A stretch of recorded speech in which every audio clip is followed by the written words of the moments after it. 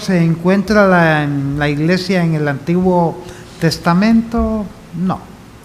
Yo esto lo recalco y cada vez que me lo preguntan o que tengo oportunidad también, porque la iglesia aparece, la primera vez que aparece la palabra iglesia es cuando Jesús le dice a Pedro: Pedro, sobre esa confesión que has hecho, edificaré mi iglesia. Pero cuando dice edificaré, todavía está hablando de un tiempo futuro. Algunos dicen que ya existía la iglesia antes del día del Pentecostés, puesto que iglesia significa congregación, reunión, pero yo sostengo que oficialmente la iglesia nace el día del Pentecostés, el día en que el Espíritu Santo fue derramado.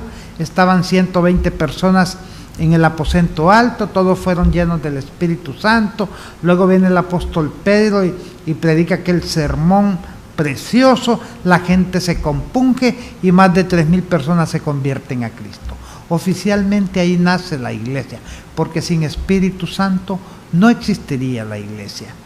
El Espíritu Santo es el que une al cuerpo de Cristo, es el que nos bautiza en un mismo cuerpo, que es el cuerpo de Cristo Jesús, que este es uno de los nombres con que se nos denomina a todos los que hemos sido lavados con la sangre de Cristo Jesús, como el cuerpo de Cristo Jesús y como la desposada o la novia del Cordero. Entonces, en el Antiguo Testamento no aparece nada, mis amados, que nos relacione con la iglesia. Todos los escritos del Antiguo Testamento, desde Éxodo hasta el libro de Malaquías, es el trato de Dios con el pueblo de Israel. Éxodo, Moisés dando las leyes que Dios le dio al pueblo de Israel. Luego viene lo que es el trato de Dios por medio de los profetas, por medio de los jueces, por medio de los reyes. Están los libros de crónicas, los libros de reyes, muchos libros históricos. Pero ¿historia de quién? Del pueblo de Israel. Incluso ustedes leen el libro de Esther, ahí no van a encontrar la iglesia. ¿De qué se trata este libro? De cuando una persona ahí quiso aprovecharse del puesto que tenía y quería eliminar al pueblo de Israel por completo.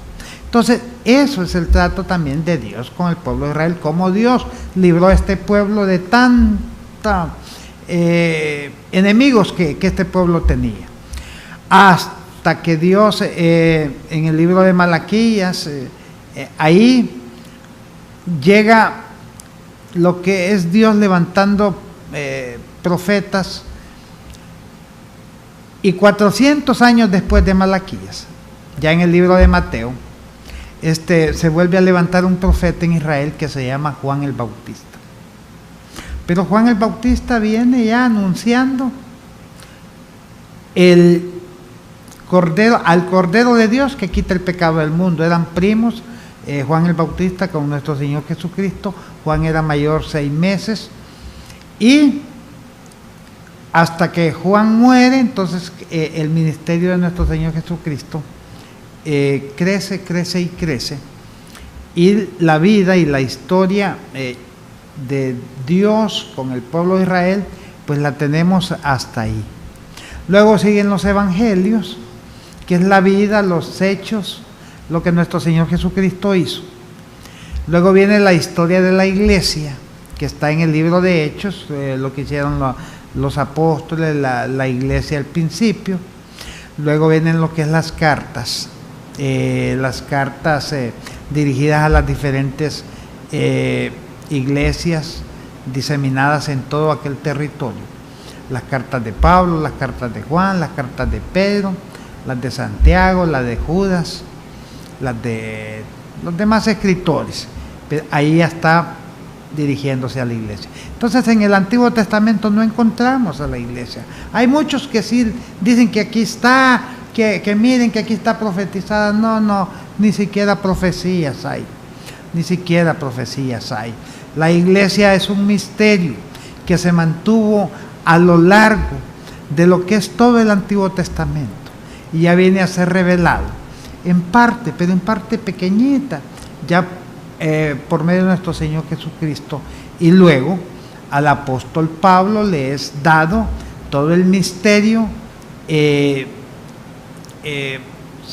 Dios se lo enseña a él, y le dice: Pablo, aquí te revelo todo lo que había estado escondido para que tú lo prediques.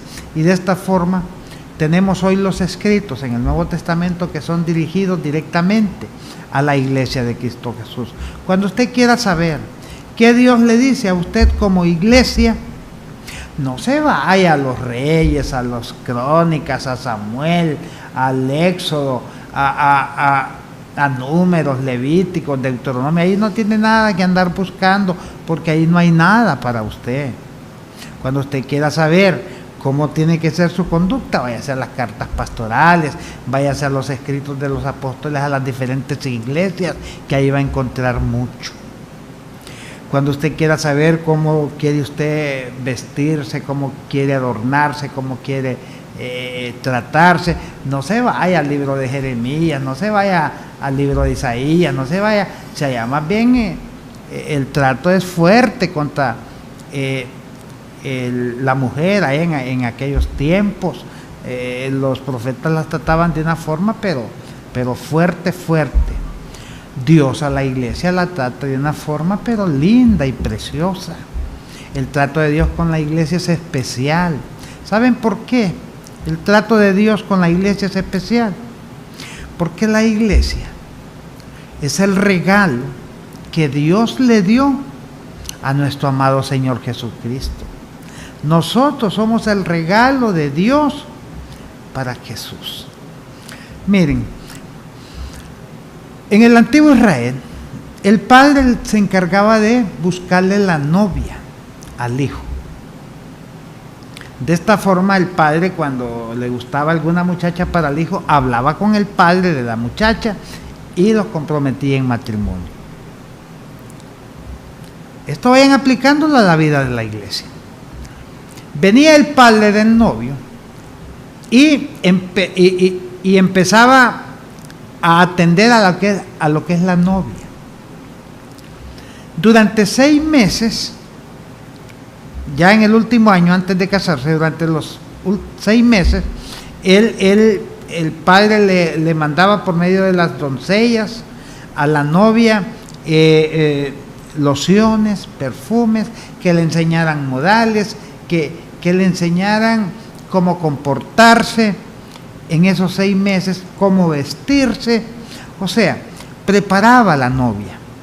Y en los últimos 6 meses, de la misma perfume, de la misma loción, del mismo aroma que usaba el novio, que tenía tal vez sus botes de póngale alabastro, póngale nombre a una loción, de esa misma se la enviaba a la novia, para que la novia durante los últimos 6 meses